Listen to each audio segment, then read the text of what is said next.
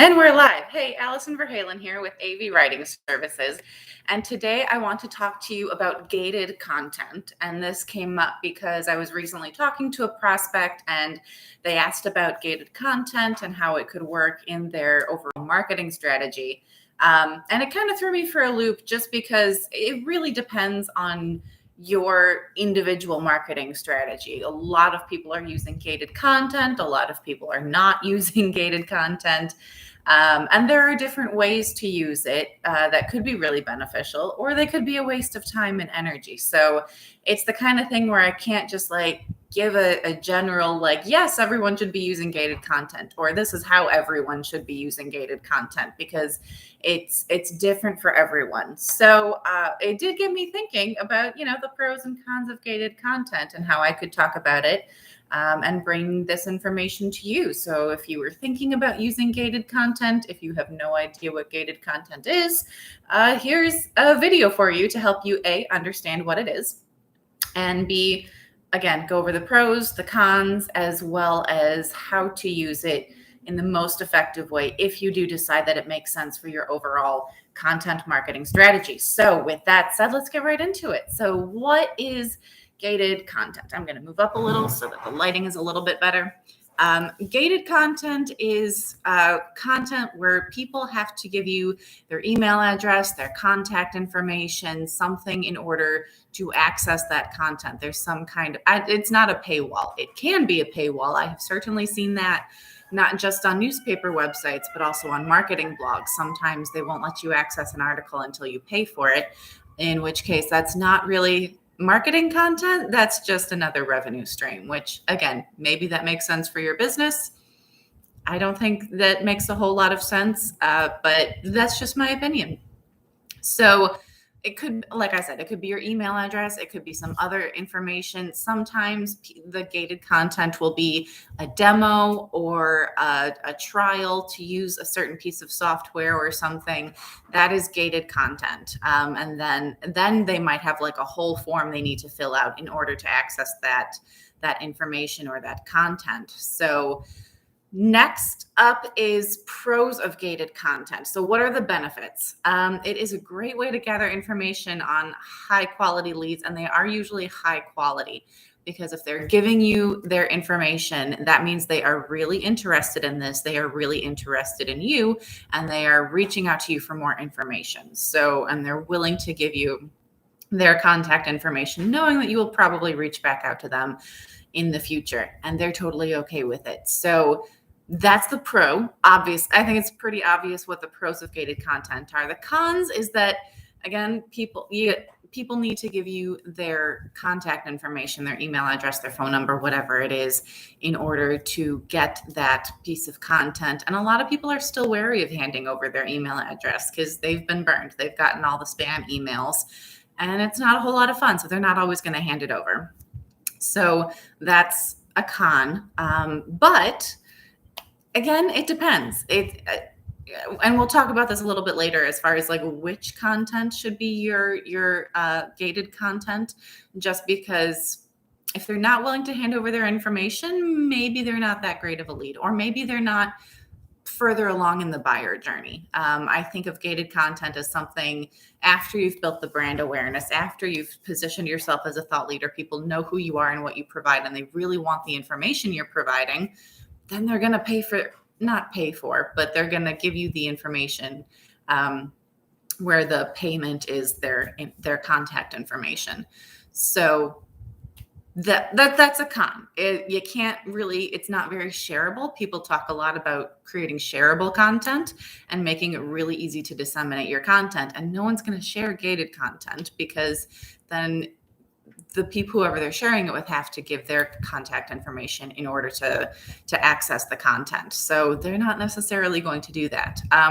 The other potential problem or con with gated content is, if you're not careful, you risk violating the Gdpr, which I talked about in last week's video and last week's blog post all about lead magnets. So if you have not watched that video, or maybe you need a refresher, you might want to go back and look at that, just because that is another potential con of gated content. If you are getting people's contact information in exchange for a piece of content that is potentially violating the GDPR if they are signing up for your newsletter.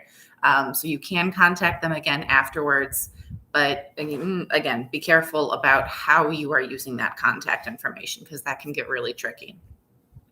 So now that we know how to use gated content to generate those high quality leads, let's talk about, now that we know what gated content is, now we're going to talk about the how. So we covered the what, this is the how. So first and foremost, know your industry. And I know I say this, I think every single blog post and every video, and I feel like a broken record, but it really is true. You have to know your industry. You have to know your target audience. Are they going to be willing to hand over their contact information? And if so, what kind of information would they be so hungry for that they are willing to give you their contact information because they just need that piece of content? They're really hungry for it. Know what that content is. Again, and this goes straight into my next piece, which is choose your content wisely. It's not necessarily going to be a blog post or an infographic or a how-to. Those are the pieces of content that you are generating to generate brand awareness so that people recognize your brand. They recognize you if it's a personal brand, and they recognize you are a thought leader in your industry. So really keep that in mind when you're choosing what kind of content you are creating for your gated content.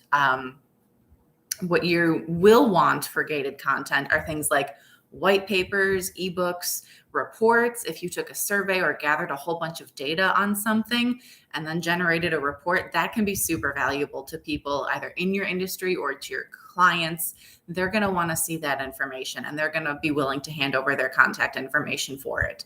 Webinars are also great candidates for gated content. These are all pieces of content for people who are a little later in the buyer journey, right? They've already seen your blog posts. They've seen the how-to articles. They've gotten some information. They're ready for more information. They might not be ready to buy yet, but they might be ready to buy later, or maybe they're considering buying. They're just trying to figure out which company to buy from. So that can really help you seal the deal if you've got this great gated content and you get their contact information and you use it wisely. So that again leads into my third point, which is create content with tons of value. So again, they're not going to hand over their information for just anything. They want something super valuable. It's going to be that longer content, something really in depth that goes really deep into a particular content. So again, the ebooks, the white papers, the reports, something that has great content that is really long and just full of value and hopefully actionable tips that they can actually use in their day-to-day life. And my fourth tip is actually get the most out of your ungated content. So just because it's not gated doesn't mean you can't get their contact information at the end of a piece of content. Most of I think all of my blog posts end with my newsletter as a call to action saying, hey, if you're interested in getting more updates, you want to see more content like this, sign up for my newsletter, right? So I can still capture that lead. If they read all the way to the end of my blog post, they're probably interested in what it is I'm providing.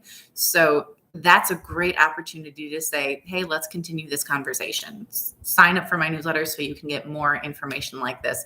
Or they can follow me on social media, and then I have their social media handles and I can interact with them directly that way. So always, always, always consider what your call to action or your CTA is for that particular piece of content, because that's where you're going to generate leads and follow up on those leads from your content. You don't want to just put content out there and then leave people to absorb the content and then leave, because that's not the point of marketing. So that is it. Those are all my tips on how to get the most out of your gated content. So thank you so much for watching. You can get more information like this not only with my other videos on this channel, but you can also visit my website, avwritingservices.com. I have a blog full of information like this. You are free to peruse it and get all the information you can. So that is it. Those are my tips for today. And if you have any questions, you can reach out to me directly at info@avwritingservices.com. That is it. Have a great weekend and happy marketing.